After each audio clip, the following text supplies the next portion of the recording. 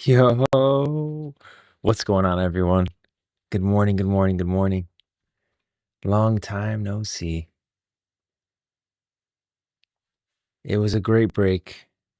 It was a great vacation for sure. Good family time. Went to Disney, rode all the rides. It was nice. Honestly, I think all the small rides are kind of great. I like the little ones. The Peter Pan, the Frozen. Obviously, the big ones are good, like Tron and what's it called? Man, freaking the Guardians of the Galaxy ride was insane. It's probably the best ride I've ever been on in my life. But the kiddos like the little ones. So I like the little ones. What am I looking for? Oh, there he is. What am I doing? Why don't I just do this? Alphabetical. Garen, the might of Demacia. So we do have a little bit of Riot MMO news, and then I do actually want to get into some Doom bots today. I want to play a little bit of Doom bots, and I want to talk to you guys about something. About wait, was this coming through? Oh, that's not coming through. Get some music in there. The Do we want to do like a lore audio reading? I've been trying to do audio drama for a while. I don't think I'm like super good at it, so I know I'm gonna need some practice. But I kind of want to get like on the Riot Grove page, a section that talks about like the lore, and I discuss the lore that's coming through and like read the actual lore pages. So especially when a new lore comes out, or even the old lore, just like do an audio drama version of it, and it'll be like a playlist on Riot Grove under End Grove kind of thing. I did the Soldier and the Hag. I don't think it came out very well, so it hasn't been posted on the YouTube. So maybe we'll try that again. But Riot MMO. So this new role was posted: Principal Technical Artist, Environment, Unpublished Product, which is the Riot MMO. Huge shout out. I was on break, so I could not stay up to date on this stuff. But skilled, I think it was skilled. Let me see. Oh, not skilled. H. Why does it say H dot dot for some reason for someone? Does that mean like I'm not seeing their full name? But it says H dot dot, massive shout out. Appreciate you for sending it out to me. P dot dot. I don't know why it's not showing me the full names. You guys were great. Yeah, telling me all that stuff about which postings, which are reposts and stuff like that. I appreciate it. Honestly, I could not stay on top of that stuff while I was on break. But let's go through this one. The Riot MMO job posting reveals ambitions for a massive player-driven world. This is almost our confirmation at this point. We've seen a couple roles that point toward a massive player-driven world, and this is just further confirmation of that. I actually got an article for it. So a recent job posting by Riot Games for a principal technical environment artist has provided a rare and insightful look into the core philosophies driving the development of the highly anticipated MMO. While not a direct announcement, and none of these are, the roles and responsibilities and qualifications do show us like a clear picture of the ambition around the project and what their goals are. And it seems like for this one, they're looking for a dynamic, persistent world that players can directly influence. And they're leveraging technology that we've talked about before as well. So the analysis summary: massive scale, the world is being built with procedural generation to create massive diverse landscapes and cities efficiently. And that's always what I think of when I think of procedurally generating a world. If you're going to procedural, you're doing it you're not creating a small thing, you're creating blocks and then procedurally generating the world from there. Think Minecraft, right? The world builds out in a couple seconds. The problem with Minecraft is that it's random. They just drop everything in random. It's like pick a number 1 through 5, and then whatever number it lands on, that's the block that goes there, based on the blocks that are available for that specific location. But like when you're trying to do it for this kind of world, well, clearly things are going to be persistent. Demacia, every time you log on, the city's not going to freaking change. But if you're using procedural generation to build it, well, that means that Demacia must be pretty freaking massive. So I think this world is about to be huge. Emphasis on living world, a strong emphasis on player-driven dynamics, suggests the environment will change based on player actions. They did something like that in Burning Crusade, which was supposed to be a big deal when they announced it. It kind of was. They had like let me pull up the Burning Crusade map. Let me see. I know they had it in Burning Crusade. It was like over here somewhere in Hellfire Peninsula. Is that what it's called? Yeah, Hellfire Peninsula. They had an area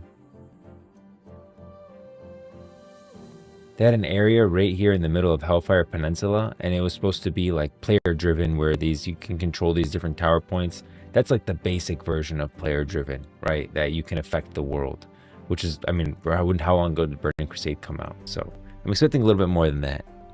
Hey, what's up? What up, Wade? Living world, a strong emphasis on player driven. Modern tech, the use of Unreal Engine 5 and Houdini confirms the commitment to high-end visuals and complex world building. So using the latest technology, that's kind of just what that means. Long-term vision, the role focuses on creating future-proof pipelines, indicating a plan for decades of content and evolution. The main thing is massive scale and living world. And this is really when we get into the granular of the role. So building Runeterra at an epic scale. The most significant revelation from the job posting is the team's approach to world building. To create a world as vast as Runeterra, handcrafting every detail is simply not feasible. The posting confirms they are heavily investing in a procedural content generation to achieve their goals. And the MMO team, we're not just building a big game, we're building a world at scale. Layered, living, and player-driven. For that to work, we need tools and pipelines that aren't just powerful, they need to be flexible, systemic, and future-proof. The role is explicitly tasked with designing systems that can generate huge volumes of high-quality content. Champion procedural content systems, Houdini-based or engine PCG tools that enable high-volume, high-fidelity content creation while supporting the player-driven world dynamics. So the analysis procedural generation uses algorithms and rule sets to create content rather than an artist placing every single tree, rock, or building by hand. For an MMO, this means the development team can generate entire forests, mountain ranges, or city districts that adhere to specific artist direction. This is the only way to build a world on the scale fans expect from Runeterra without development taking decades. The challenges which this role is designed to solve is ensuring that this generated world feels as detailed and intentional as a handcrafted one, which is the hardest thing to do. The thing, even when I messed around like in Unity and Unreal Engine, and you could pretty much just place trees, right? You can just grab your mouse, you just pick what trees you want, you pick like how often you want this tree to appear and this tree to appear, you just kind of drag it, right? What they're talking about is a lot more intense, right? Using Houdini, which we saw a video on it last time.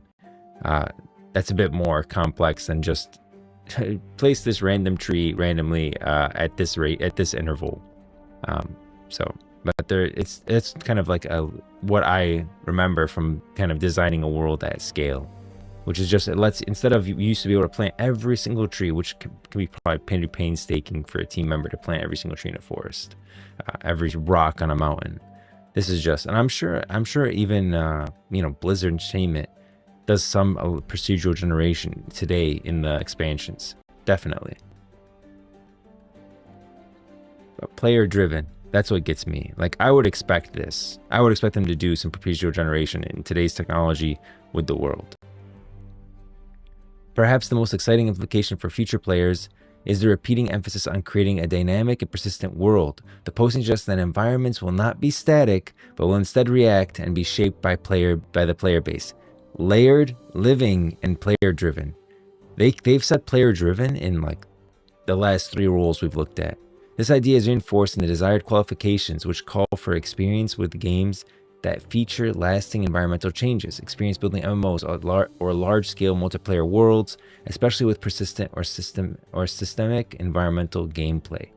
So this points towards a world where players' actions have meaningful, visible consequences. This could manifest in many forms, from player-built housings and settlements to territory control, where guild battles physically alter the landscape. I want to talk to you about this: player-built housings and settlements. Obviously, they couldn't have it where you're just settling in the world anywhere you want, right? Let me go to this. If you just make it like where everyone's settling everywhere they want, I mean, stuff's going to get filled up fast. Let's say that the Argent Mountains are very, I mean, it's a cool thing that things would get filled up fast, but I think they might get too full. I mean, how big is the world? How many players are going to be?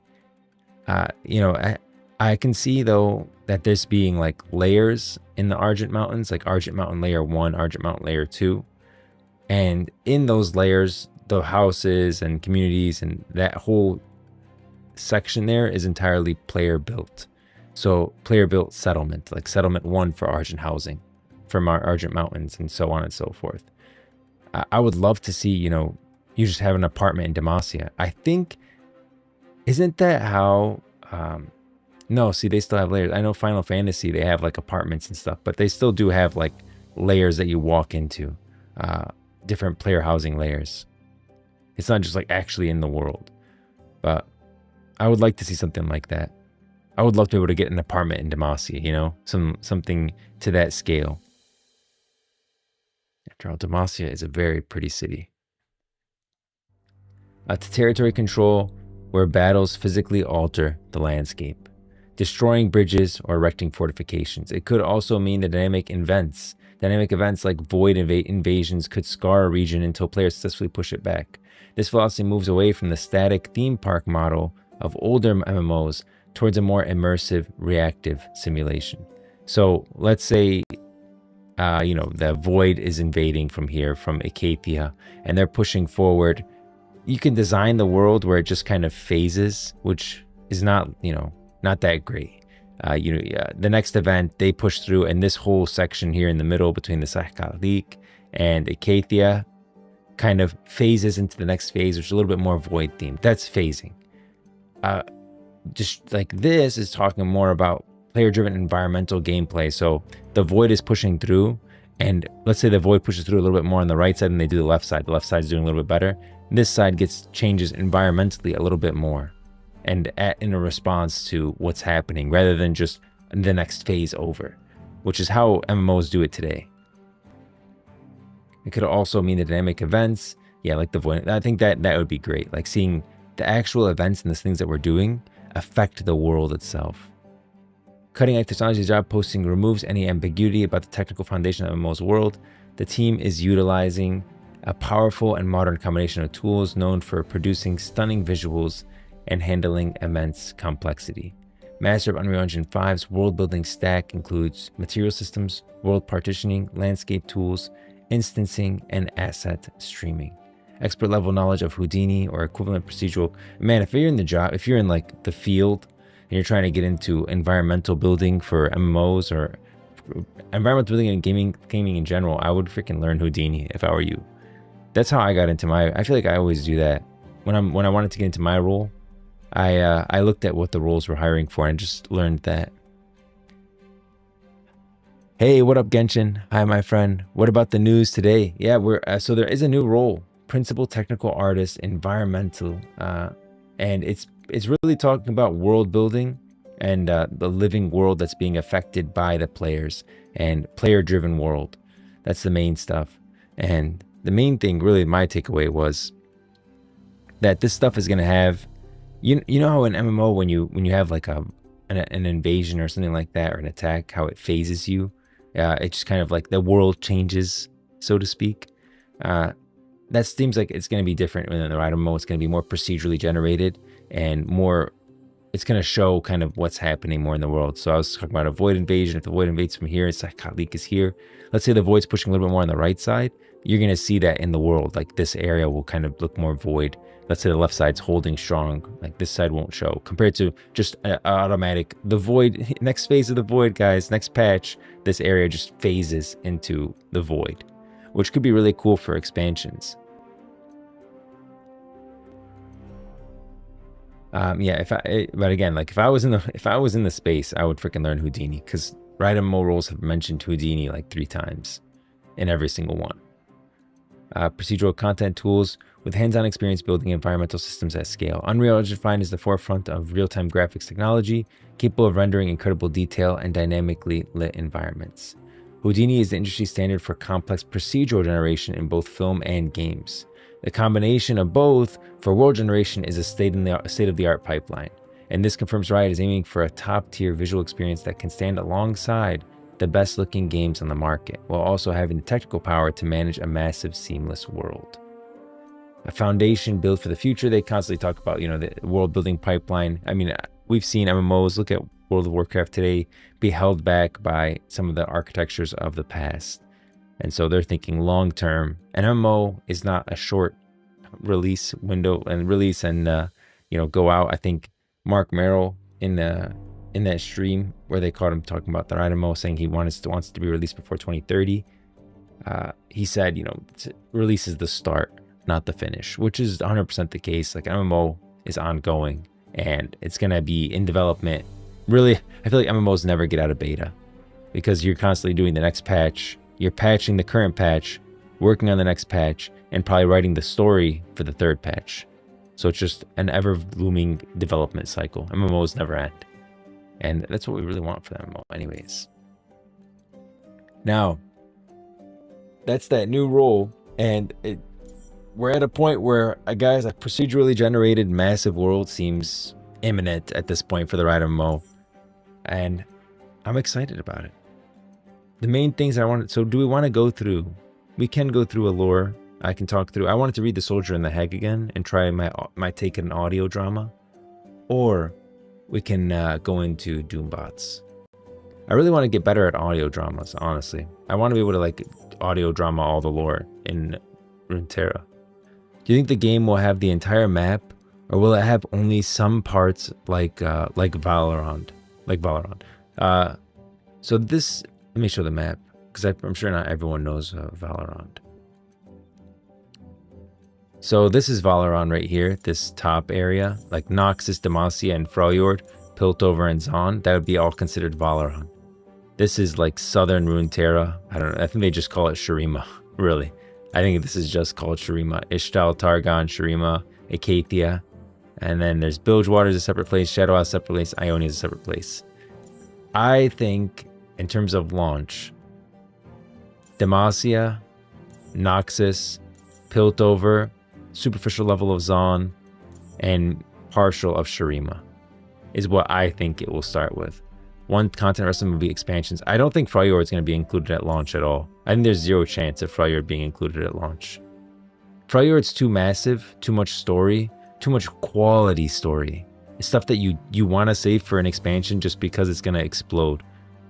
And I don't know if, I feel like the Freljord is just so massive that it's like you're better off including Piltover and Zaun and partial of Shurima than Freljord. Same thing with Ionia. Ionia won't be included at launch because the story, Freljord and Ionia have some of the best lore in all of Runeterra. You save those for expansions for sure. The only way you include them is if you don't really include them, and then what's the point? Like, you'd include them, but you wouldn't include like any of the story. I mean, you go all the way up to the Ursine lands. You have Rise up here. If you click on this, Call of Power, it'll show. Yeah, Rise is went all the way up here, facing the void. I would love to explore more on like what the heck this huge ice shelf is. Massive ice shelf on the top of Runeterra. Freljord is way too juicy for launch. Yeah, it will be expansion. It's so like there's too much juice. That's a good way to put it. It's the juiciest place in all of Runeterra. So it'd be Demacia, Noxus, Piltover, superficial level of Zaun, and I think the top level of Shurima. You don't go into the deep levels. You're not going into exploring the Tomb of the Emperors. You're not exploring the Lavender Sea, which is under Shurima. You know, all that stuff. And what I meant by partial of Shurima is like you're not going deep into Shurima. You're not exploring Zarima. You're not exploring Mark. You're not exploring the Psychalik, which is where the Zerxai are. And it's easy to like create artificial barriers for stuff like that. Like the Psychalik. Do you guys know who those are? The Shurima Legends of Runeterra cards. Let me see this. The Zerxai.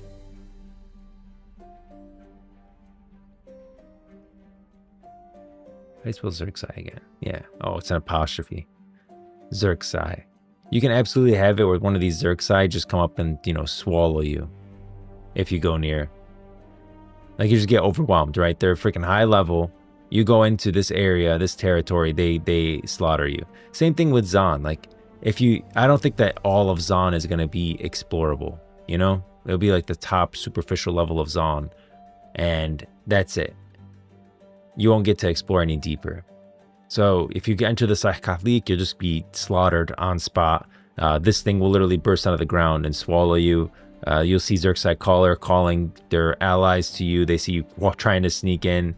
It could be like a fun event, honestly. Like it can be people trying to sneak in and dying all the time. Like these guys try to sneak through and see the content ahead of time and they got killed. It's impossible to get through this like leak to see Acacia and the Void because that's being saved for an expansion, but it's not just an invisible wall. Same thing with the Freljord, you know, it's like there's a clear mountain pass that you could do. I'd imagine Piltover would be the hub, yeah. Wait, Freljord, I missed. Do you think this game will be free to play and will the other expansions be free too? Free with no strings attached, just buy items, no subscriptions, fees, or anything like that? I think it's going to be free to play with a battle pass because that's been Riot's take on, I mean, every single game that they have.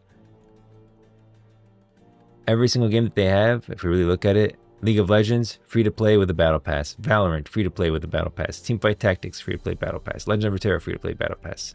Wild Rift, free to play battle pass. Riftbound. Well, I mean, yeah, okay, that's a card game. That doesn't matter. That doesn't count. 2XKO, free to play battle pass. The only ones that don't are like the Forge games. So, in terms of what's Riot's gonna do, I'm like, I'm at like, you know, a 95% confidence level that an MMO is going to be free to play with a battle pass. I just heard just how much pay to win in an MMO is different than a regular game. And a pay to win in an MMO is like, I think cosmetics sometimes fall into line as pay to win, especially as they're taken away from in-game cosmetics. I can create an article around cosmetics and how I think they can be handled. It's tough. With an MMO, pay to win is different. The cosmetics in Valorant are not pay to win. But in an MMO, the way you look kind of matters because that's kind of what you earn. You know, that right to look cool in the hub city. I'd imagine Piltover would be the hub. All the players started it. Yeah. That's one way they could do it is, you know, you're just a person in the world of Runeterra. Everyone starts in Piltover and kind of branches out and you go where you want. You can end up in Noxus or end up in Demacia. Another way they can do it is you can have you start in an area, like you start in Noxus or you start in Demacia and you choose your zone at the start. I'm totally fine with the weight of player choices at the start of MMO. I think choosing your race and choosing your class and choosing like where you start, the fact that those are weighted is a good thing. They should be heavy when you pick them. They should have meaning. And I don't know, I always like that stuff. When you start the MMO, you're deciding you get to imagine where your character is going to go and how he's going to be. It also enhances replayability. If everyone starts in Piltover and everyone's a human, you know, there's no replayability there. Like your character, you're just going to play your character. Versus if you can be, you know, obviously different races, Yordle over Staya, but also if you can start in different areas, like you can create a Freljord Shaman who starts under Udyr, and that comes out with the Freljord expansion. Yeah, you'd kind of want to like replay that part, re-level kind of thing. Pretty central geography-wise, and most people are familiar with it. Yeah, Piltover, I think Piltover will be a hub. The good hubs for people are Piltover and Bilgewater. Those are the two hub cities of the people of Runeterra, but I think Bilgewater will be an expansion, and then it'll lead into the Shadow Isles. They could include Bilgewater as well. I mean, it's a pirate city, so everyone's welcome there. At the same time, it's like, I don't know if Bilgewater I think is more likely to be included at launch than any of the other ones that I didn't list, because I don't know how much a pirate expansion is going to sell people today. In today's demographic, like the way the players play, I don't know how pirate expansion will sell. You'd have to really lean into like the Buchru people and something different. And then touch on the Shadow Isles. I feel like you're better off including Bilgewater, and then eventually the Shadow Isles, you start getting the Harrowings, and we have to go to Bilgewater and start addressing the Shadow Isles. Because I feel like Bilgewater is just a stepping stone to the Shadow Isles. Like the coolest lore they have are the Harrowings. The Buchru people are interesting, but I don't know if they could hold an expansion. Then again, I thought Piltover and Zon were the weakest lore in Runeterra, and they made a whole show on it. Shuriman Al-Ghaib. They stated a lot that they want free to play with like skins, battle pass for cosmetics. Yeah, how effing ever. If they nail the gameplay, I would fork out the money, no issue. Yeah, 100%. I mean, my preference would be you pay the box price and everything is included in the game and that's it. Like my preference for how I pay for the game would be you pay the box price of the game and yeah, you pay a subscription, but everything is included. There's no store, there's no battle pass, there's no anything. But I feel like even if they do have a box price and subscription, they're going to have a battle pass and they're going to have an in-game store anyways. So just make the game free to play and then, you know, charge for a battle pass. What are you going to do? Every game has it, even World of Warcraft. Like they charge you a box price subscription and then they have an in-game store as well. Makes no sense. Imagine doing a Demacian mage and starting in jail. Yeah, don't do that. Like it's an option. Like you can play Demacian mage and then you start and you're just in jail the whole time. It's like just make another character. That'd be kind of funny. They spend development cycles on it. I think the game is in development hell because if I remember correctly, the game will start from 2020 until 2024. The reset in 2029. Oh no, okay. Until 2024. I think you're talking about the reset in 2024, which is 20th anniversary of League of Legends. Yeah, I think it's gonna. I think we're gonna get. I heard that. So the 2029 was the reset of League of Legends or 20th anniversary. I think we're going to get something then. We'll get like a cinematic. Well, not the cinematic. I think we're going to get something next year. I really believe that. I think next year, 2026, we're going to get a cinematic and like some kind of name, like the announcement, which I hope is just Runeterra. I don't want to see too much with the name. I don't want to see like, you know, anything. I don't want to see World of Runeterra or anything like that. I think simple is better. And they have all of the... Right now they have what? League of Legends, Valorant, Teamfight Tactics, Legends of Runeterra, League of Legends, Wild Rift, Riftbound, 2xKO. I think just Runeterra is fine. Just call it Runeterra, simple. That's just the name of the world. And then, you know, so they'll announce that in 2026. I think Alpha is going to be like 2027. Beta will be around 2028, and the release is going to be on the 20th anniversary of League of Legends, will be 2029. I hate Spun. Is it? Let me see Spun. I always call him Spun. Spun. Mark Merrill.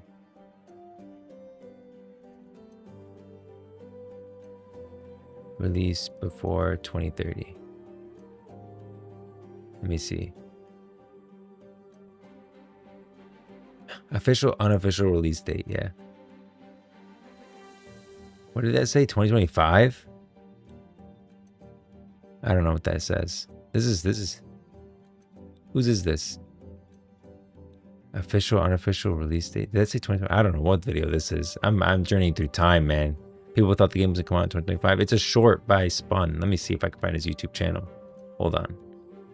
He's a nice guy. I always like Spun. It's Oh Hey Spun. Yeah, this is him. He's a nice guy. Subscribe to Spun, guys. He's a real one, honestly. I always liked him. All right. Will you finish the Riot? I still think. Okay. Is the Riot MMO project still on? Absolutely. Don't believe the naysayers. Will you finish the Riot MMO before 2030? Sure hope so. Although launch is the start, not the end. So, finish. Is the Riot MMO project still on? So this is after the reset. This is in December of 2024, after the reset. And he's saying, someone's asking him, is the project still on? He's saying yes. And will he finish for 2030? Absolutely. And he's saying, sure hope so. Don't believe the naysayers. Will you finish the Riot MMO before 2030? Sure hope so. Although launch is the start, not the end. So, finish. There you go. Launch. So he literally says launch is the start, not the end. So he's referencing the launch and he's saying it's going to happen before 2030. That means, you know, you're going to have like a, and once you start getting news, like once we actually start getting like updates on the game and everything, it's going to feel like the other projects. You know, 2xKO felt like it was out long before it was released right now. So I think that it's because the initial Riot MMO was basically Runeterra skinned WoW clone. Yeah, they said, yeah, it absolutely was. So they pulled the plug on the direction. Yeah, and they let go of a lot of people. I think that the people that they hired, they were kind of hiring like WoW veterans, and they had a lot of people that And I feel like they were just recreating WoW. And so it looks like they kind of revamped the whole team. They were just like, okay, we need to cycle this through and get new people and fresh ideas. And they did. And they like the direction now. I think it's going to be something completely different than what we played before, which is good.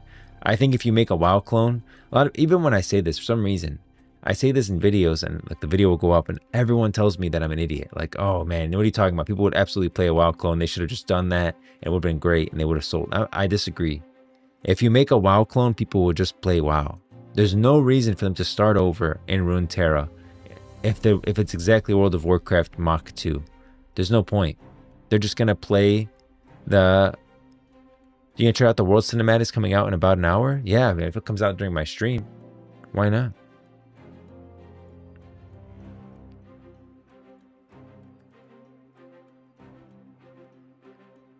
Is it gonna come out over here, right? I wonder if they have like yeah. 61 minutes? Yeah, I will watch this. Why not? But it might go live when I start work, which I start work at 9 o'clock. I feel like it's gonna go live at 9. Premiere in 61 minutes. It might go live right before, so we might be able to watch this like right before it goes, right before I start work. I don't want them to make WoW clone, yeah, because I'm a fan of Runeterra, not WoW. They wouldn't be utilizing their core audience. Yeah, I really feel like if they made a WoW clone, it would flop. Riot is good at making games that have broad appeal and also appeal for hardcore players. Yeah, that's what they're doing. Really, I mean, 2XKO, I feel like the 2v2 fighter genre was kind of dead. And not 2v2, but like in general. I mean, there was Mortal Kombat. There's a Marvel one, and that's it. Like, fighters really fell off, I feel. Especially platform fighters, what do they call it? Where it's like this stage kind of thing. There's Tekken. But I don't hear too many people in the space. Maybe I'm just not in that space, but it felt like it was kind of a dead genre. But they brought it back. I really feel like, I mean, 2XKO seems like it's popular. People are excited about it. I want to play it. I'm going to try to get a PC soon so I can play. Ties that bind. This cinematic was so good. Did you guys see that? The cinematic for 2XKO, the Ties That Bind cinematic? It was so good. Live from Evo fans. Oh. We can look at this. Warwick gameplay reveal trailer. Uncaged Wrath is on dev update. I didn't see any of this stuff, man. I was on break. I missed so much. There's no new League of Legends cinematic, right? While I was gone. What cinematics did I miss?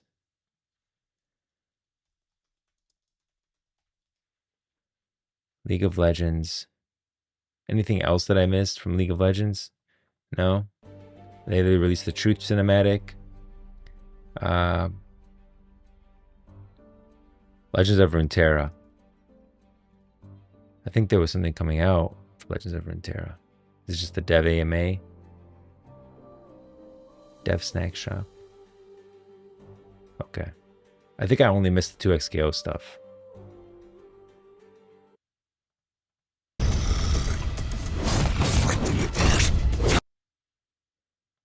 Let's see this. Riot is good at making games that have brought up. Yeah, I agree. Riot, the one thing that they do very well is they take like those games and make them like more appealable to the broader audience.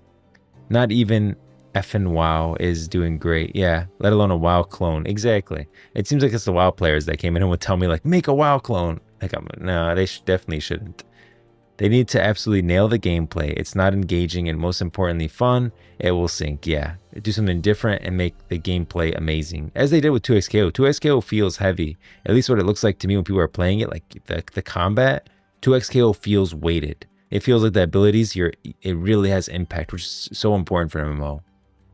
Like, you don't want to feel feathery. You know, if you're swinging a big axe, you want to feel like you're swinging a freaking massive axe. I say the gameplay because they have amazing world. They've shown with Arcane that they can write beautifully. So all they need to know is the gameplay. I agree. Riot Polish is the new Blizzard Polish. I actually agree, Himosor. I really do. I think, man, I was a massive fan of Blizzard. I mean, I was like a Blizzard fanboy. Like, I played everything. I read everything. You guys know how I read all the lore, read all the books for Runeterra. I was like that, but with Azeroth. I really liked the world of Azeroth, but I told you guys that the turning point for me was that toy. They created that toy. They said, "Oh, we're gonna sell it," and I feel like I'm beating a dead horse at this point about this story. But they created a toy and they said, "Oh, all the proceeds, all the winnings, everything that we sell from this toy is basically gonna go towards the arena prize pool." And I really like to watch World of Warcraft Arena. And you know, they just kind of pocketed all the money and saved. They didn't invest anything into the prize pool themselves, and they made a boatload from the toys. So I feel like that was my turning point with Blizzard.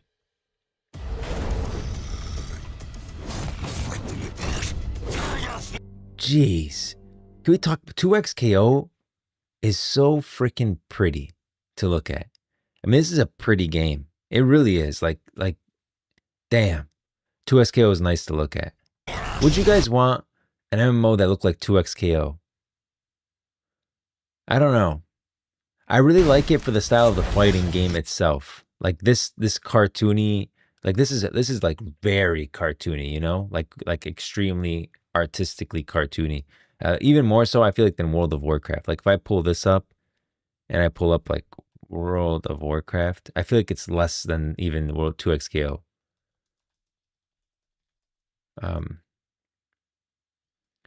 I mean, cinematic isn't gonna. I want to see like just an image. Yeah, like this World of Warcraft. 2XKO feels even more like hyper saturated and more colorful than World of Warcraft. You know what I mean? I don't know if I'd want this for an MMO, but I'd want the environment for an MMO. Like the environment looks great. Would you guys be okay with it if the MMO turned out like this? I really wonder. Not the heavy cell shading, but the same style. Yes. Yeah. I think it's the cell shading that gets me. Like, it's great for 2XKO because it really pops. But at the same time, I don't know if I want to play a whole MMO like that. Right? Yeah, not that. I'm sure the Riot MMO devs will make the game that they really understand. The devs even play World of Warcraft. Yeah, I mean, I'm sure they do. They if they haven't, they definitely should. It's the number one MMO in the space, so it's not about reinventing the wheel, right? They don't want them to freaking don't reinvent everything. Just make things better. I think if you're not taking stuff away from World of Warcraft, you probably do something wrong. There are good things in World of Warcraft, just not everything. Keep the store, I guess. I really love the backdrops or arenas they have. Yeah, the backdrops are amazing. Like the actual backdrops that we're seeing here are so good. Like this really looks like how Zon would look in the world. But I think it's just like how colorful it is. I wouldn't want that for an MMO. Like even just looking at Warwick here. Yeah, he's just too hyper saturated and too colorful for an MMO. Like I want an MMO to be a little bit grungy, a little bit dirty. The stages. If the stages were higher quality, they would be perfect. Yeah. Nepper, no, no. It's just no. Definitely not. Do you guys notice this what are they called? Cheerian. I never noticed the Cheerian back here. That's a Cheerian right there. A bit different than the one that we see in Arcane. I know there's like 2 species of Cheerian.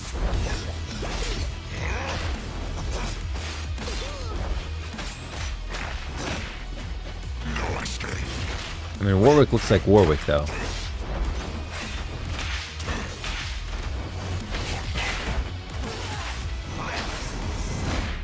Damn, Warwick looks cool.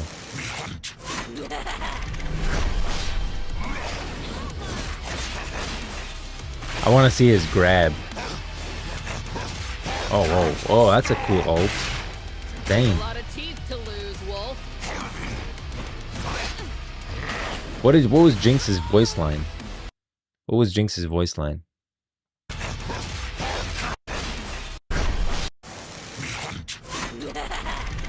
Oh, okay, just to laugh. I mean, it's still Vander. I remember we were looking at the voice line before.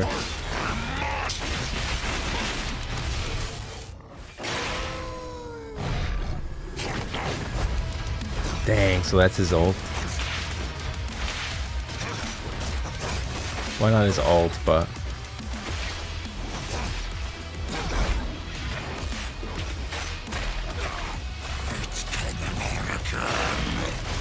Yeah. Wow.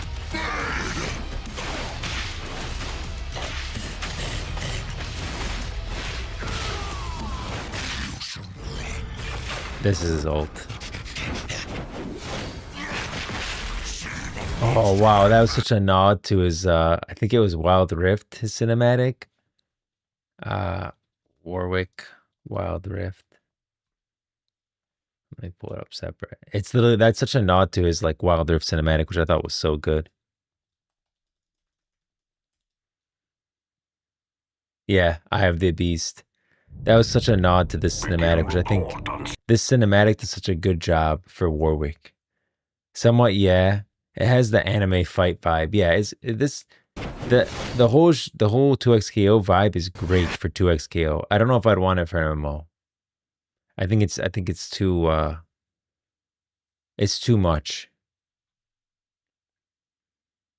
But regarding the style for the MMO, I would much rather prefer a stylized approach that will be timeless than a realistic one that would age like milk. Yeah, absolutely. Do not go realistic. I know everyone's freaking going crazy about, what's it called? I always hear so much stuff about this MMO. What's it called? What's the name? It's like on the tip of my tongue. And now I'm losing it. Anticipated upcoming MMOs. Conan Odyssey, Dune Awake, Ashes of Creation. Everyone's always talking about Ashes of Creation. My own friends tell me, but what about Ashes of Creation? Aren't you excited for that? And I'm like, Ashes of Creation is like, really looks hyper real. But you can talk about your experience. So see, like this. Okay. And I do want to comment, like, remember, like it just looks like they're going for hyper real. Like these grass petals and stuff, and these leaves. It looks so much like just PTR is under vision. Like just an asset. I mean, this is 2 weeks ago. I just feel like these are gonna look really bad after like 6-7 years. And MMO lasts a long time.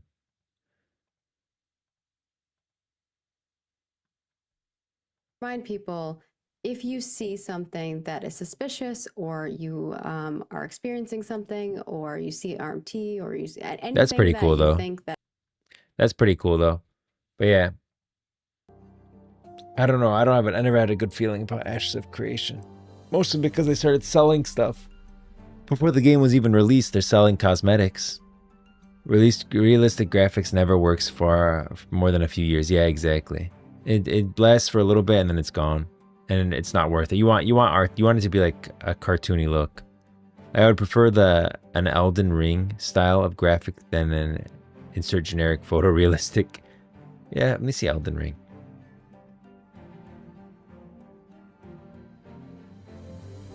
Peggy 16.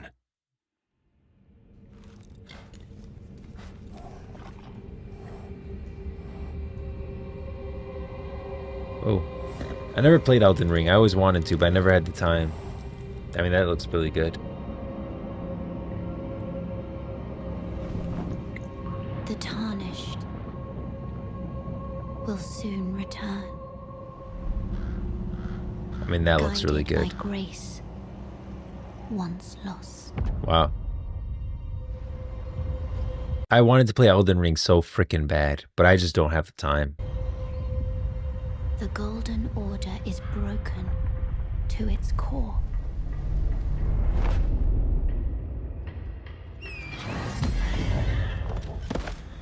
I mean, that's just pretty. Yeah, see, that's nice grass. Look at the grass that we just saw in Ashes of Creation, guys. I don't know. I don't feel good about it. I don't know what it is about Ashes of Creation. I've never felt good about the project. But that's some nice grass.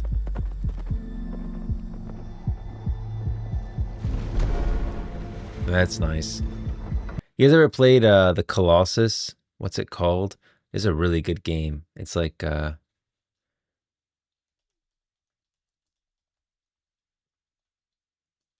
what's it called? Shadow of the Colossus. You guys ever played this game? Oh my gosh. If you guys never played Shadow of the Colossus, it's such a good game. Fellowship Beginner's Guide? Is that supposed to be like a knockoff of Lord of the Rings? What the heck is Fellowship? World's first ever multiplayer online dungeon adventure MODA.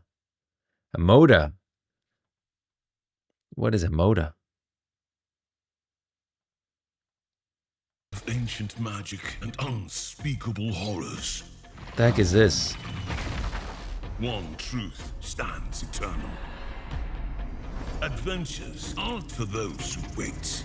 This game looks kind of nice. Warriors. All dungeons, all the time. Join fellow brave souls to answer the call. The farther you push, the greater the peril. And the shinier the rewards. Honestly, kind of a nice game.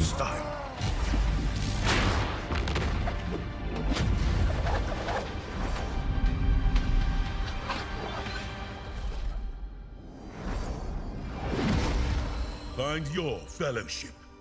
I don't know.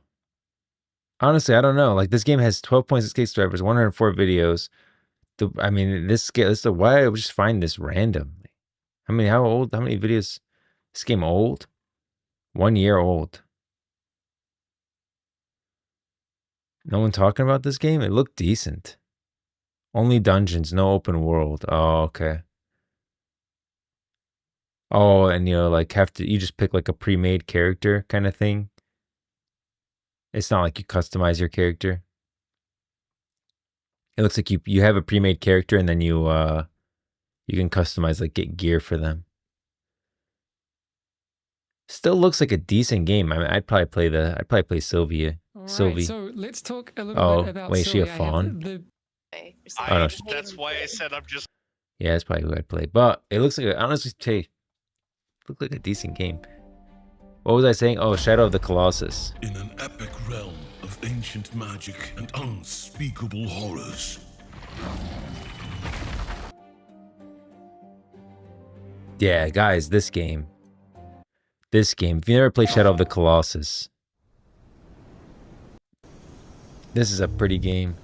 The original one was freaking pretty, let alone the remake. You should just run around in this one.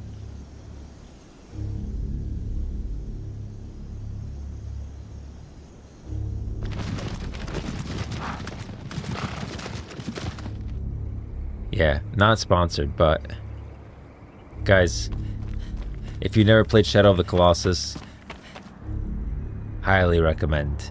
I wish I didn't play it so I could play it again. It's one of those games.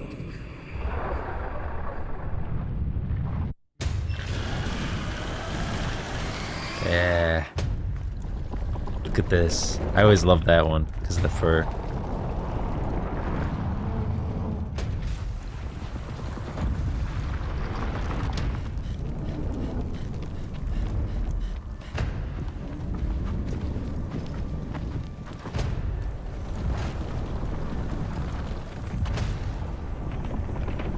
So good.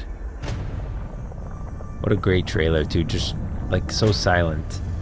Yep.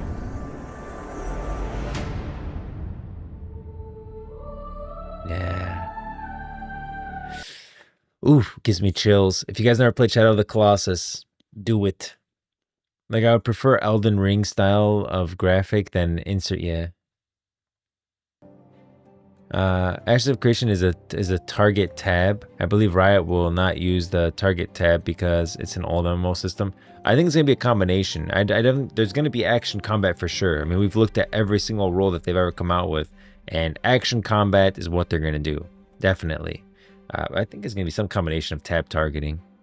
I mean, I don't want to action combat my wand, you know? Like, if there's a basic ability that's just shoot or whatever, like I don't need to action combat everything. There should be some things that are tab targeting and then some things that are action combat. I hope that they do, both. I took vacation days for it, worth every minute. Yeah, I do hear I want to play Elden Ring. I probably should play it, honestly. I just don't have the freaking time. My day revolves so much around the website now and everything. I don't have time to play the games. So I pretty much just play I'm just waiting for the Riot MMO. I took vacation days for it. Yeah, that sounds great. I wish I could. I would do it. I might actually just take like a couple hours. Not like a vacation day. Maybe this weekend. I wish you know why I like the Switch is because I can just play it anywhere and I can just pause instantly. It's hard for me to find time to just sit at my computer after work and like play a game anymore. Only dungeons, no open world. Yeah, that other game that I was talking about. Or Elden Ring 2? No, Elden Ring. Oh, you're talking about the other one that I was looking at. Yeah.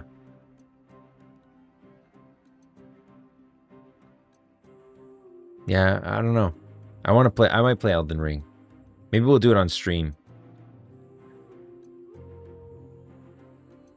Eye of the Beast. Oh, this is what I was talking about. So this last scene, his ult for Warwick. Wow, we really went on a tangent there. Like we really lost it. I was all the way over here and we went, I don't even know how we got there. But this ult for Warwick. Yeah. And even that part is such a nod to his Eye of the Beast cinematic. Here's him running on the walls. Look at that. Exactly the same. I mean, does it even come out of a tube here? Let's see.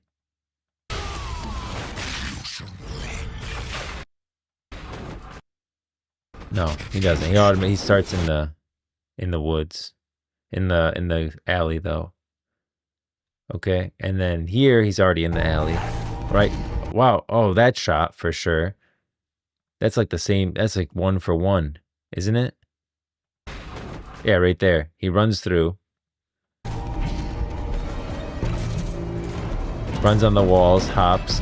I mean, come on. Oh my God. Come on. Come on, guys. Boom, boom. Jumps on. Exactly the same here. Runs by.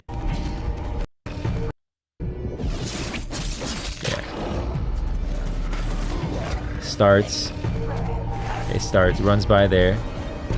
Jumps on that wall. Jumps on that wall. Does he even run on a pipe here?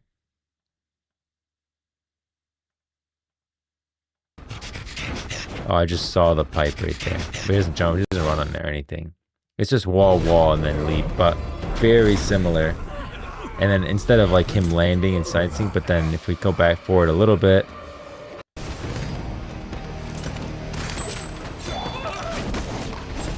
Right there.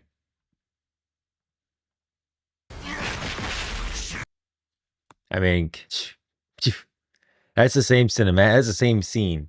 So what an absolute nod to his Eye in the Eye of the Beast champion trailer for Wild Rift, which is such a good cinematic to show off who Warwick is.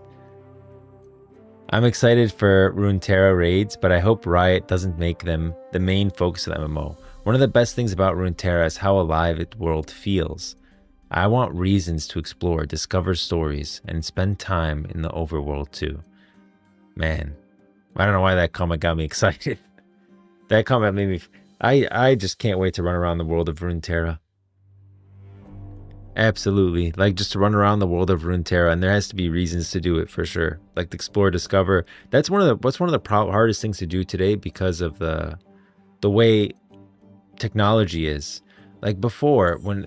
The reason people have so much nostalgia, I think, over classic World of Warcraft, which I didn't even play, is that technology was different back then. You didn't have access to the internet. There wasn't much stuff out there. Like, you weren't going to find a website like Riot Grove, which is going to eventually have a bunch of tools that you can use and stuff that you can use to help you play the game. Or there's just, it wasn't YouTube, right? YouTube wasn't as big.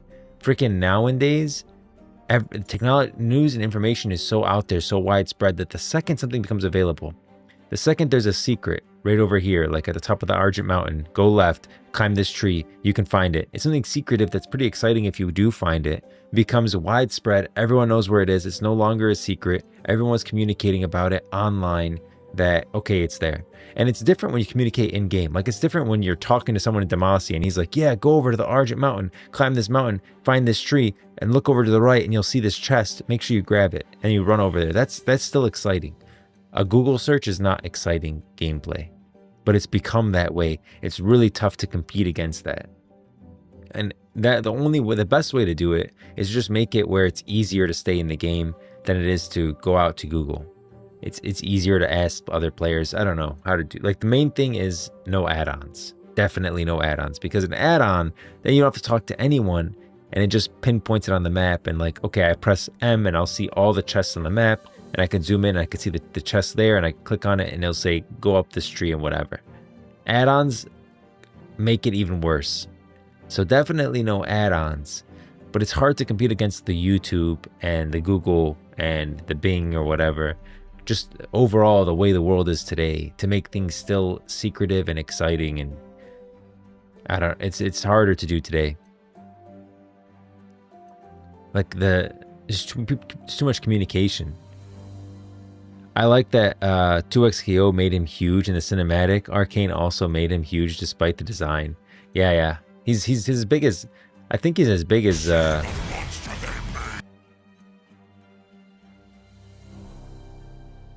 where is he? I know I saw him battle Blitzcrank. I mean, everything's kind of scaled, right? I think Blitzcrank is even bigger than this. If they made Blitzcrank his actual size, he would just be massive. But they scaled him up, like he's the size. Yeah, he's the size of Blitzcrank. He's not even standing like up all the way here, but most of the time he's like crouched down, but they made him massive. Yeah, he's big. I just want to see Shurima and the Immortal Bastion realized as massive epic cities. Yeah. Shurima with the sun disk. Guys, you make me freaking cry when I talk about it. I'm gonna cry talking about how I want to see like walking up to the Immortal Bastion. That one cinematic does a great job. Bite marks. You guys ever seen like that end piece of bite marks? No, not bite marks. Welcome to Noxus. Yeah. No. Noxus is Yeah, right here.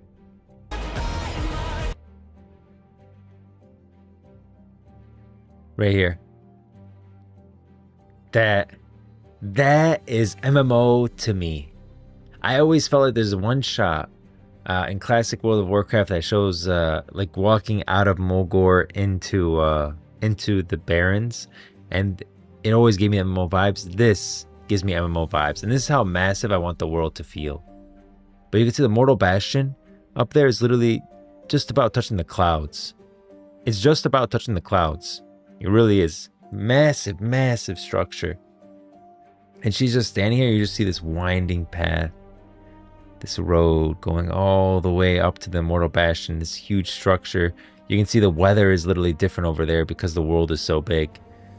There's these plains and these fields. And I don't know how you can do it without some kind of fast travel system, because, I mean, if the world is this big, traversing it is going to be, I mean, geez, like, let's say your friend is in, it can't be that your friend is all the way over here in Knockmerch, and you're over here on this side where it says Valeron, like by the river, and he says, yeah, let's do this quest, and it's gonna take you, okay, I'll see you tomorrow. I'll start my character running, and tomorrow morning I'll probably be there, and we can talk, we can do it, you know?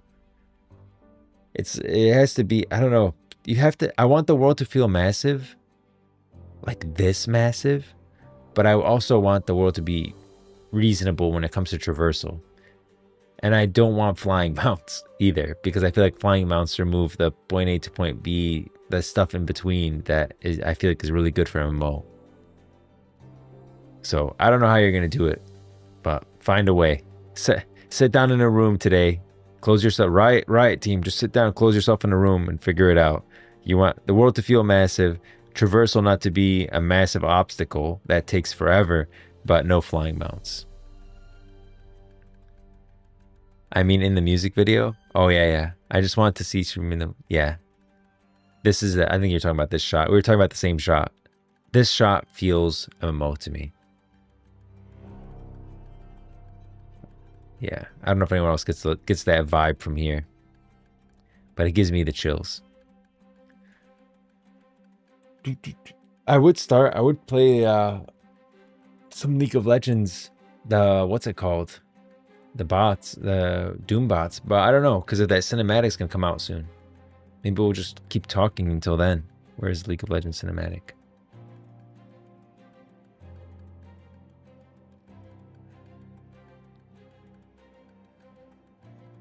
Yeah, 31 minutes. Well, actually, we could play one game. Do you play Albion? I like to be more like that. I like to be more like that. I've never played Albion.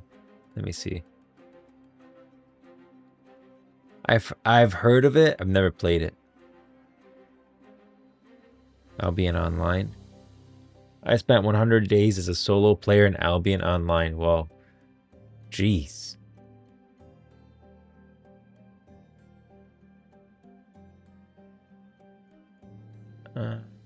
Is it like just a gameplay trailer?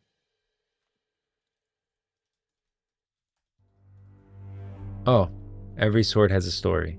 That was like a gameplay trailer.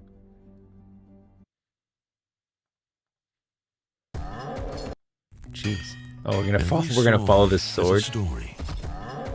This is just one of them.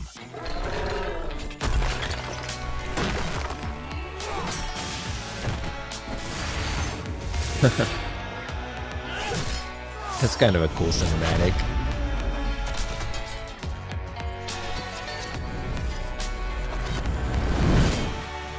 Forge your destiny in Albion Online. That was kind of a cool cinematic, you know, instead of like the player, it's centered around the sword.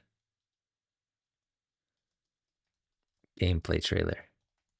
I'll say this about the art style. I like the cartoony art style. This is more... Albion Online is a sandbox MMORPG in which you get to write your own story. This is more top down. I think the Riot MMO will be third person. I don't think it's going to be top down. Instead of just following a laid out path. You know what this looks like? Because we did play a little bit of it. RuneScape. Explore a vast open world consisting of different unique biomes. Everything you do has an impact on the world. As in our player-driven economy. This is interesting because they keep talking about player-driven economy, player-driven world, player-driven environment. So, as in our player-driven economy, every piece of equipment is crafted by players from resources gathered by players. The equipment you wear defines what you are. So that's great. Player-driven economy. Everything is created by players, crafted by players, all that stuff. The thing is the gathering, like every piece of equipment. Just to be careful of bots. You can't have bots running around gathering, blowing up the market, making all the resources cheap, and then to the point where the player who does go out and mine is literally wasting their time. Third patient for do you play Albion? Yeah, we're talking about that. I think they'll introduce hex gates. Ooh, hex gates could be cool. As like a way to travel. At least, you know, you can't get all the way to your buddy over here in Knockmerch, but you can take a hex gate to Knockmerch. You'll just have to make a lot of them. Like, it can't just be the cities. It'll have to be like hex gates in areas where you can teleport to. I like that idea. Kind of like flight paths for vanilla World of Warcraft, which I don't ever mind the flight paths, but I felt like the flight paths took a while because the flight itself is just a loading screen, really. It makes the world feel bigger because you're flying, you know, you can see things or whatever, but it just felt like a loading. But a Hexgate kind of thing would be pretty cool. Third person for sure. Yeah, I like that. But League has Vanguard, which is already great at catching bots. Yeah, I agree. So I think that Riot Team will do great with bots, which is Blizzard did not do good with bots. It's just like a money thing. The thing is with a box pricing subscription, you're tempted to let bots live because you make money on the box. I've talked about that with the WoW token. It's such a vicious cycle. It really is. Where's that? Image, view, zoom, large size. Paint it black because we're always night mode. Because we developers. Yeah, so I talked about like there's a bot. We'll do bot will be red. We'll do bot will be blue for Blizzard. Oh. What? Oh, where's my little pen? Oh, I'm still okay. Botway Blizzard. Boop doop doop doop doop. Here's a bot. Now the bot has a lot to do. Well, used to. Well, so we're talking about China first. The bot used to go out, farm all these materials. Let's actually make that purple. They go out, farm all these materials like a rock or stone or whatever. They'll sell it on the auction house. Auction house. We'll make the auction house in the middle. That's where it all happens. Auction house. They'd sell it on the auction house. And then they'd get gold from it. And they'd sell that gold to a player for real money. So here's the player. The pleb. How happy he is buying everything. Oh, wait. You don't need a player. You need a whale. A whale. I'm not an artist by any means. I'm not an artist. That is not a whale. That is a sea lion. Shit. It's a banana? That's a whale. That's a whale. You guys see what I was... It's a whale. This is what it is. Damn, that's bad. Anyways, the player will buy the gold with real money, which goes to the company. And the player gets the gold. That's how it used to be. World of Warcraft wanted a cut of the bot income. And so they said, you know what, we're going to make a WoW token. WoW token. Because we want this bot. This bot, at the end of the day, this bot's paying a box price. And they're paying a subscription fee. Which is the same thing as this person. This person's paying a box price and a subscription fee. So we like bots. We want to keep the bots. But we want a cut of this as well. And so we're going to make this where you can't do this anymore. This is illegal. If you do this, by the way, whales, you'll get banned. And bots, if you do this, you'll get banned. So we're going to make a WoW token. And from now on, you can still do this. You can still buy that gold. But you're not allowed to sell it on the auction house anymore. Right? We're cutting this whole path out. You want you to farm the gold. And with that gold, you're going to buy WoW tokens. WoW tokens give you whatever, free time, whatever, all that stuff. And that's how you'll be able to keep your account alive. And that's going to drive down the price of the WoW token. And whales, well, you want to buy gold. Well, now you can buy gold from the WoW token. So now you can buy gold from the WoW token. And then now you're getting your gold as well. So there you go. There's your gold. The WoW token, you're buying it, you're driving down the price, and so you'll be able to get, your free account or whatever for your WoW token. So you won't even have to pay the box price anymore. But by the way, the box price for the WoW token is $20. The actual subscription used to be $15. And now, so how do they buy the WoW token? It was still with the resources in the auction house. But instead of the gold, they didn't cut this part out actually. They're still doing this. I shouldn't have crossed that out. They're still selling on the auction house, but they're taking the gold. So the gold comes back to them, and they use that gold to buy the WoW token. The whale, on the other hand, cannot buy directly from the person. They have to buy it through the WoW token. That's how it works. So I should have crossed that out. They're still driving down the price of the economy. But the main thing is that Blizzard still makes money off the bot. Which is why bots are a problem. And it's hard to beat them because you're just the greed. I think the greed of it.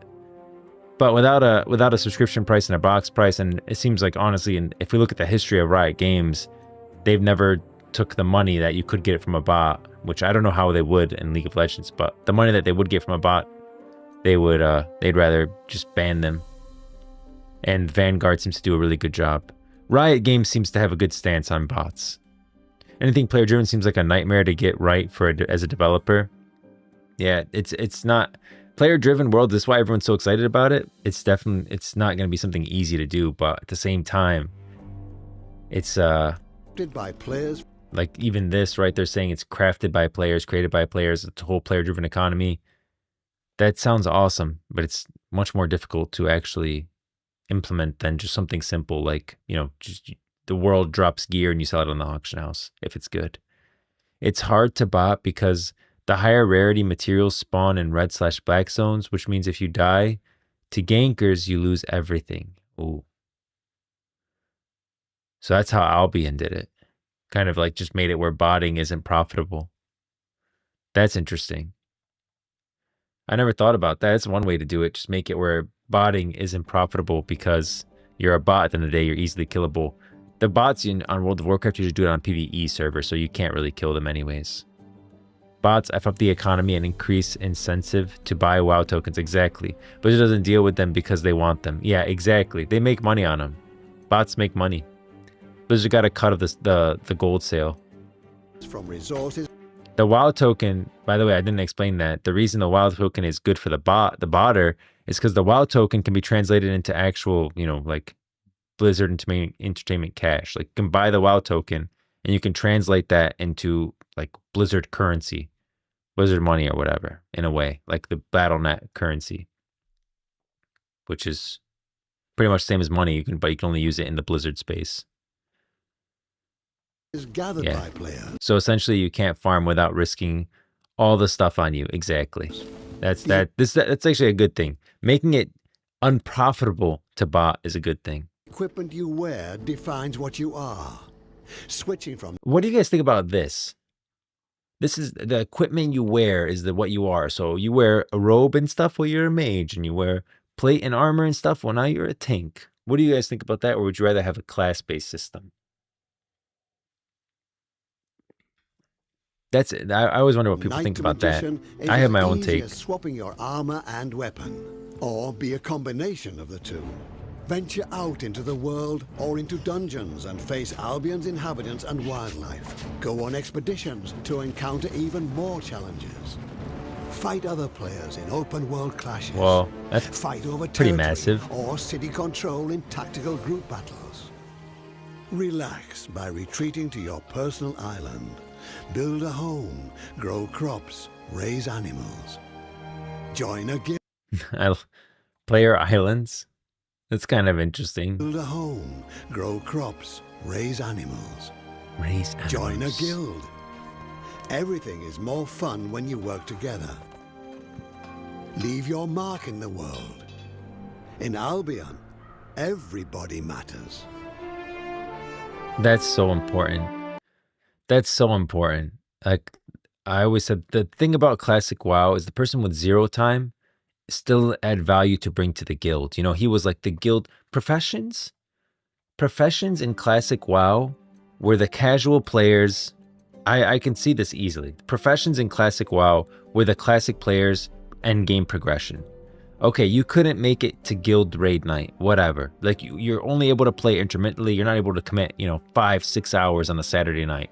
Fine. But you know what you are? You're the guild blacksmith. And what you do is during the week, you go out and you mine you commit like you half hour here, whatever. You mine all these resources and you craft all these whatever stones or something like that for the guild. And that's what you are. Like you're still contributing to the guild. You still feel a part of the guild. But yeah, you can't contribute 6-7 hours on the weekend. And that used to be the player's end game progression, where every player mattered, even if you're only able to contribute a little bit. You're not able to contribute a lot. That's one of the things about the Scarab Lord event. Some people contributed a ton and were there like for freaking the whole month. Other players contributed a little bit, but everyone felt like they contributed to that guild member to get that Scarab Lord. Do you know what I mean? So like, even the small contributions, like being a guild blacksmith, should feel impactful to the guild. And today that doesn't happen anymore. Even as a player, so essentially you can't farm. It's good. Even as a player, if you get sighted by a scouter, a group of people might come to kill you, especially if you have a good gear on. Oof. That's kind of that's really risky for even the basic player, like the regular player. That if you die, you kind of lose a lot of gear. That's tough. That's really tough. I don't know. I don't know about that one. Like, I don't know if I'd want that in the game where it's so punishing. I like that it punishes the bots. That the bots will just get killed. Like, thanks for farming all these resources for me. Now you're dead. But I don't know. The punishing of the players. Like, that's one of the good things about World of Warcraft. And that's why it catered to such like a classic audience, was that it wasn't as punishing. Like it used to be. They were competing with what? EverQuest? That's one of the main games that World of Warcraft competed with, was EverQuest Online. And EverQuest was like the MMO at the time. The thing was that EverQuest was very punishing and very difficult for a new player to get involved in because you had to commit an insane amount of time. It was extremely grindy, and if you died, like, you lost a ton. Like, I think it was almost everything. You just lost. Like, dying would be a very painful experience for you in EverQuest. World of Warcraft completely changed that and made it for like World of Warcraft to EverQuest people was a casual plebs game. Like that was not MMO players. Those were casual players who didn't actually play the MMOs. They weren't MMO players. They were casuals. Because World of Warcraft introduced things like rested XP. You're in an inn, well, you're not logging on. Well, now you're getting rested experience. Oh, you die? Don't worry about it. Just run back from the graveyard. There's a little bit of armor damage, and that's it. You don't lose any gear. There's a ton of stuff like that that World of Warcraft did to make the game casual player friendly. And that's what made World of Warcraft explode compared to EverQuest. That's why World of Warcraft really defined the MMO genre, is because it catered to the casual player.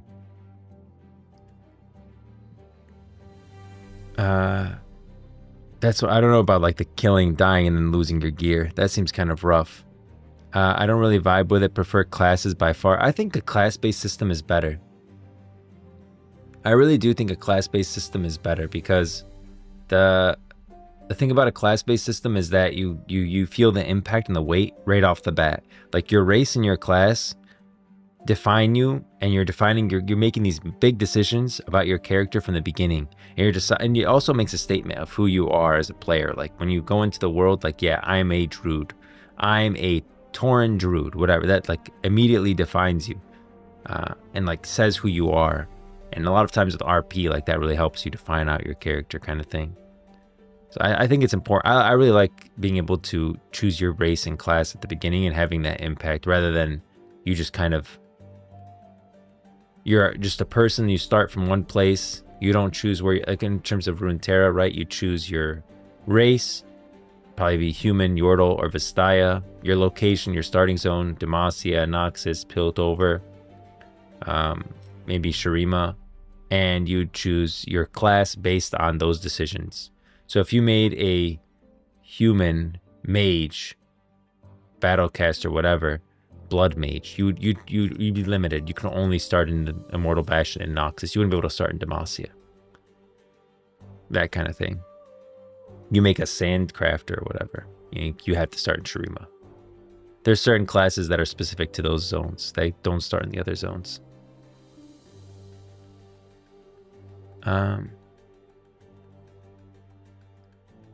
Doesn't feel good as a fantasy. It's a lot more nuanced. It's very watered down here.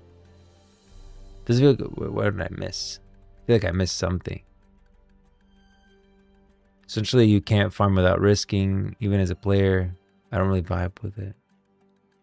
Doesn't feel good as a fantasy to just be proficient in every form of combat based on what you wear. Yeah, that doesn't feel good in a fantasy game either. I agree. So like being able to just change your gear and now you're a warrior doesn't make sense to me. Like a warrior should have to train for years and years and years to be a warrior, to be an efficient tank. Like this guy was just healing and now he switches his gears and now he's a tank. Like, that doesn't make any sense to me. Yeah, I agree. For a fantasy sense, it doesn't make sense either. It's a lot more nuanced. It's very watered down here. You could create areas where people lose gear. That's somewhat how RuneScape does it. You have the wilderness area where players can PvP win each other's gear. The deeper you go into the wilderness, the more dangerous it becomes. Yeah, that could be interesting. Man, that'd be great streaming content. Seeing someone with a ton of gear, a ton invested in their character, go into like the deep wilderness and then die and lose everything. Outside of these areas, your gear could be protected.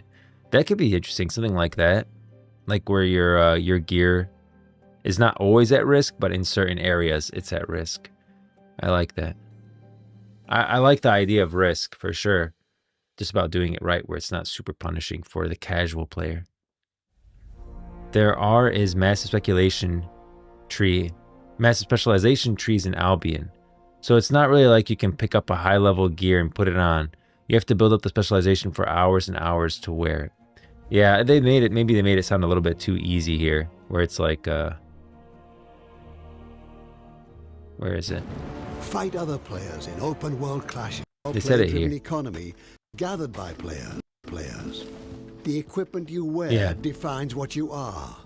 Switching from knight to magician is as easy as swapping your armor and weapon, or be a combination of the two. Venture Yeah. So, I mean, I think maybe I made it sound like a little bit easy there. But it is technically like that, but you have to build out the specialization. But even then, I just feel like it should be, it's a kind of, it feels weird to me that someone can be a healer and then just swap their gear and suddenly be a tank. But then again, as a druid, right, you can change your specialization, right? You can go change your talents. Like I play a tank and a healer in World of Warcraft. I would play a bear tank and just a regular healer. And I would swap my talents and suddenly I'm a tank. Right? I mean, at the end of the day, there are classes in World of Warcraft. Paladin. But see, like a paladin doesn't feel weird to me because they still got the sword and the shield. Like a warlock switching to a tank feels weird to me. It has to be within the scope of the class. I feel like you're completely switching classes when you switch from a staff to a sword and board. Why does it feel weird?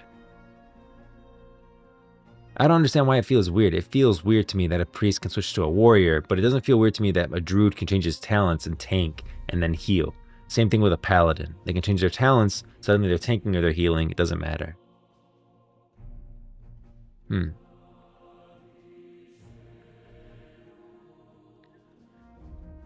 Master of the high gear. Yeah, that's the same as Albion. In red/black zones, it's at risk, but in yellow zones, there's PvP, but you can only lose armor and durability if you die. In green, there's no PvP. Yeah. Oh, yeah. But then you were saying that the areas, the red and black zones, are where the good stuff is, that a bot would actually want to mine. But a bot going in there and trying to mine materials, you're going to get killed. Right? Because it's like everyone, it's there, and if you die there, you lose everything. of the two. Did his weight change when he changed his gear? Or swapping your armor Yeah, it and did. weapon. That's kind of Or be a interesting. combination of the two. That's kind of interesting. Venture out. Everything is more fun when you work together. Did I finish this? Leave your mark in the world. Yeah, I finished it. Well, that's a cool ent. That's a really cool ent. I'm impartial to the ents. I really am. Do you guys know where I got my name from? Why I'm called Ent Grove? This scene right here.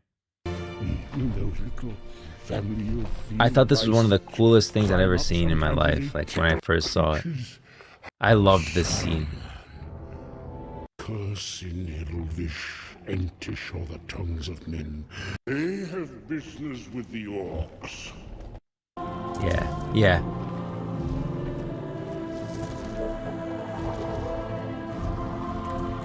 I loved this scene so much. And ever since then, I was like, man, the Ents are the coolest thing in fantasy. I loved it so much. I'm probably going to get copyrighted even just for playing a little bit of it, but whatever. I wanted to show it to you guys. This is one of the coolest scenes that I've ever seen. And I was just like, man, I love the Ents. And that's why, ever since then, I've been like, you know what? Ent. That's the name. But Ent is obviously too short, so you have to add something onto it. So I was like, Ent Grove. Wow, it's going to be starting soon, isn't it? Premiere October 31st. 8 minutes. Cool. We'll get to watch it live, hopefully. It's very hard to specialize in a lot. You have to grind for days worth of hours to max out even one branch of a specialization tree. If you search like Albion specialization tree, you can see it. Albion.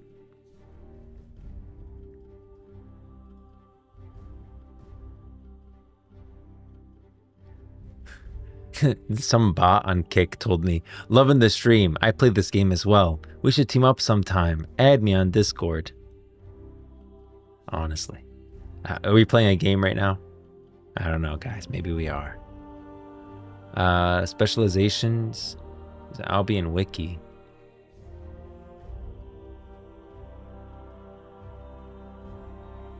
Specializations, master specializations, crafting specializations, cape crafting, Gathering weapons and armor specializations.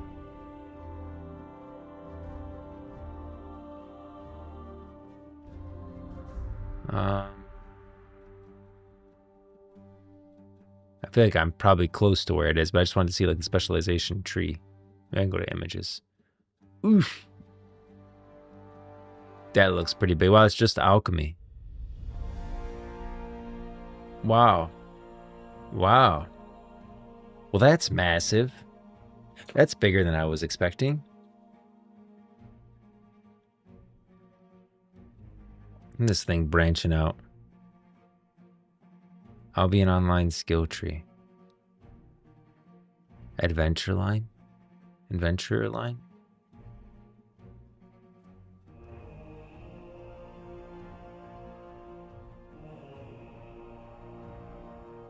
Boosted node. This honestly looks pretty cool. Oh, what the frick is this? Oh, this Path of Exiles too. Atlas Tree Guide.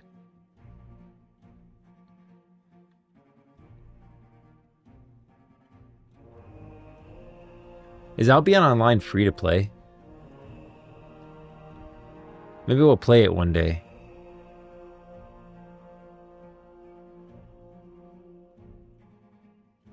Although I bet you it's only available on PC. Man, I need a freaking PC, guys. Jeez. I don't think it's playable on Mac. Is it? Mostly available on Windows, Mac, Linux. Oh, we can play it. Maybe we should try it, guys. And then we could look at like we did with RuneScape. You know, we looked at it and said what's good for MMOs and whatnot. And what we would want in the MMO. What would we want in the Riot MMO? Online is a sandbox MMORPG in which you write your own story instead of following a laid-out path. Explore a vast I think we should open play world. this. We should try it. Everything you do has an impact on The tree Albion's honestly got me. player-driven economy. Every piece of equipment is crafted by players from resources gathered by players. The equipment you wear defines who you are. Switching from knight to magician is as easy as swapping your armor and weapon, or I'm gonna the install this. combination of the two. Venture deep inside dungeons on your own or with a group of companions. Explore realms We're gonna beyond try it. Albion, teeming with treasures and resources. But beware of dangers lurking in the shadows. I tried old school RuneScape. I Relax couldn't keep by playing it. I don't retreating know. to your personal island, where you can build a home, grow crops, and raise animals. Oh, good little horse. Grab a fishing pole and head for Albion's rivers, lakes, and oceans. I like stuff like that. Join a guild, play together, take part in massive player versus player battles, and Wonder if we can claim get into your something like piece that. of the world. This is Albion Online. Play free now. Okay. We're going to try this. I'm going to install it today. I don't know if we'll play it tomorrow or not, but it gives us a different take on MMO and like the way that the class system works. So we'll try it and we'll look at it, and then we'll create an article for the Riot Grove site on what we like and what we don't like, for like takeaways from this for the Riot MMO, just like we did for old school RuneScape. I'm surprised Ionia isn't your favorite region since they have the closest thing to Ents. Yeah, that's true. But the Freljord I'm a huge lore fan, and the Freljord has the best lore. The Eye in the Abyss is my favorite short story. I like the theme of Ionia, the style of Ionia, but lore-wise, it's the Freljord. Like, I like the look of Ionia. But man, like, it's hard to beat the Freljord with the three sisters, Everosa, Serilda, Lysandra, Ornn and Volibear and the demigods, the Ursines coming out of the north, Ashe and Sejuani and their story clashing, Trindamir's story and his ties with Aatrox, Nunu and Willump and what they mean for the Yetis and what they mean for the history of Runeterra and what they could mean for the future, and what Nunu's story is going to be as he gets older and has to contend with the actual reality of him being so important in the war against the Void. Like, Nunu's a child right now, but I think he's going to be massive for the story of Runeterra as he goes forward and as he gets older. The Iceborn and all that with Braum and their power and where it comes from and the ties to the Void that power comes from potentially. And the Eye in the Abyss, the actual story of them climbing down. Guys, I don't know. I don't know. I love Ionia, but lore-wise, no. No, the Freljord has the best lore in all of Runeterra. Hands down, bar none.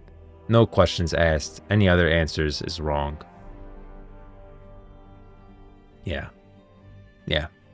Absolutely. I mean, you're just talking about it, I get excited. So. Jeez. Nope. But the vibe of Ionia I like the most. I like the look of Ionia the most. That's the one that's the place I'd want to like look at the most. But explore? No, the Freljord. Nope, that's not it, bro. That's the Atlas skill tree. I was looking at the wrong thing. That's the passive skill tree, not the active skill system. Maybe I search active skill system, or maybe they have it on their website. Guides, basic builds, fact and question videos, lore, wallpapers, jobs, community, news, home, discover, guides. Your first step into Albion Online. Learning points. That's not it. What did he say it was? Active skill system. Search it. Albion active skill system.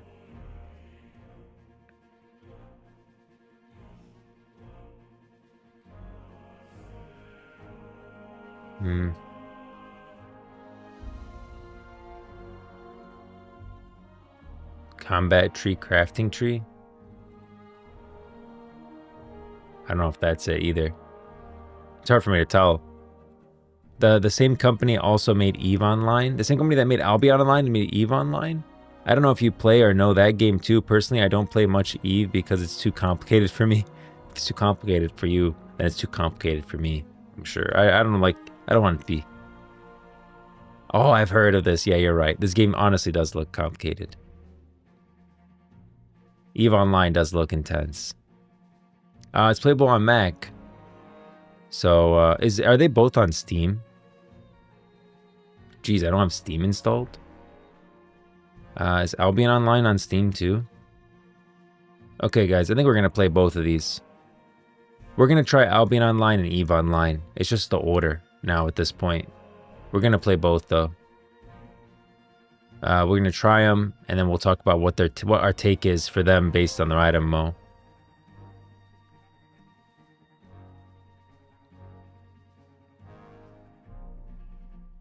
Four minutes. World Cinematics 5 minutes away. Okay, yeah, we're good. We're good. Where Acathia Once Stood is top tier. Where Acathia Once Stood is another great story. I'd say Shurima, at least if you include Acathia in the lore. I said Acathia again, but if you include Acathia in the lore for Shurima, Shurima has some great lore. And Where Acathia Once Stood is also one of my favorite stories. In my opinion, if they want freedom in class skill system, Path of Exile 1/2 is the way to go. I played Path of Exile a long time ago, but the skill system was good. They caught lightning in a bottle with the Freljord. Yeah, the Freljord is some of the best story I've ever read. I mean, I read a lot of books. Like I said, I used to work in a library. Cinematic about to start at Grovio. Thanks, Tori. Yep, we're here. We're ready. 3 minutes. You guys probably can see the delay now between me and between the stream and like live, if you have this pulled up. When you were looking at the Path of Exile tree, you were looking at the Atlas passive tree, not the passive skill tree, which that is also different. Jeez. You know what? Actually, you saying that I keep looking at the wrong tree gets me more excited to play it. That I'm just constantly looking at the wrong tree. And Grove MMO gaming arc. Yes. I mean, when the MMO comes out, I'm gonna play. That's the whole goal of all of this, I swear, is just to make sure that when the MMO comes out, I can play it. We'll live stream it, play the MMO. It's gonna be every morning. I'm never gonna play another game in my life. The Riot MMO will be the last game that I ever play, and the only game that I ever play. Once it comes out, I'm done. I've actually been wondering if I should change the Riot Grove website to be more just Riot MMO focused instead of Riot Games focused, but I like the other games. I like being able to like report on all of them and have the tools for all of them. So I don't know. I like that the Riot Grove site has everything. But it is a lot to manage, right? To be able to manage like all the other games. But at the same time, like I like that it's all of this and it's supposed to be a community hub for everything Riot Games. And I like Riftbound and all this stuff. But it's a lot to manage, but at the same time, I like it. But yeah, I don't know. We might focus more in on the Riot MMO. I think I might keep it actually. It's too cool. I think I'm going to keep it everything, and then I just need to hopefully hire writers or something like that to kind of help me manage the site. Hopefully it won't be just me forever. You know, so when I go on vacation, freaking news doesn't just stop. Just need people to join the team. When you're looking at the path, that's the passive. This is the passive skill tree. Yeah, I'm sure I was looking at all the wrong trees. Freljord is the best. Lore, but it's so hard to pick up the second best.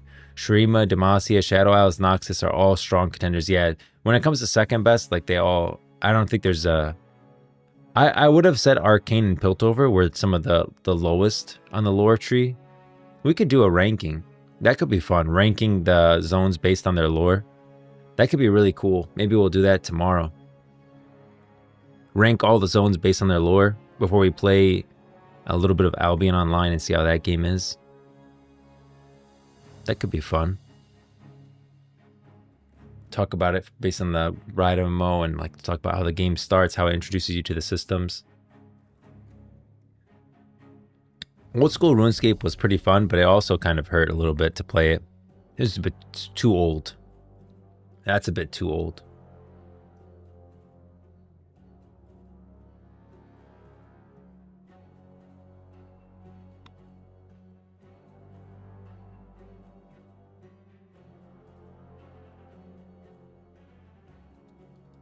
All right, 20 seconds.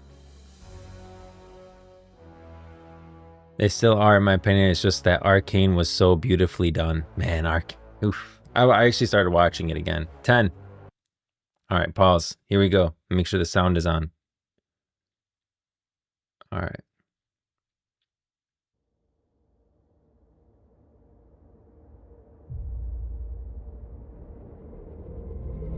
Whoa.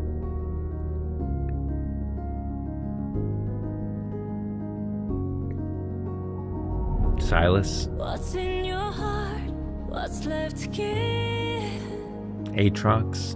When everything's broken. That was that one. Chasing the wind. Under those scars, there's a lion within. Stay in the moment. In history lasts. The amount they invest in these is so crazy. Make your whole life was a sacrifice. Every Leona. scream you cry was Ash. the blood you've given to bathe in the flood. Would you sacrifice it all till you know your name? Fable the ground below your feet. The heroes you worship and legends you read. I mean, that's not Rise, is it? The book? There's only one step below each Different staff. history lasts because you walked it. Make your whole life was a Braum. sacrifice. Every scream they cry was the blood Lysandra. given to bathe in the flood. Would you sacrifice it all till you know your name?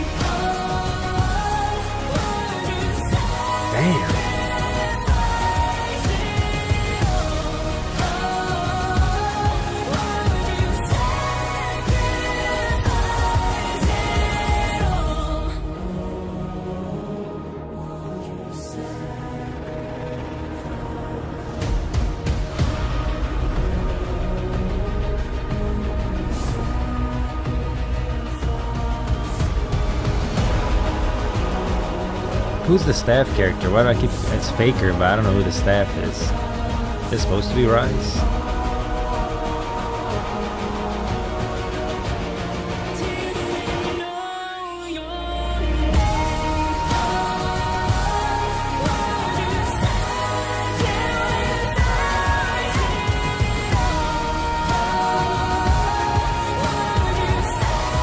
Nocturne a little bit.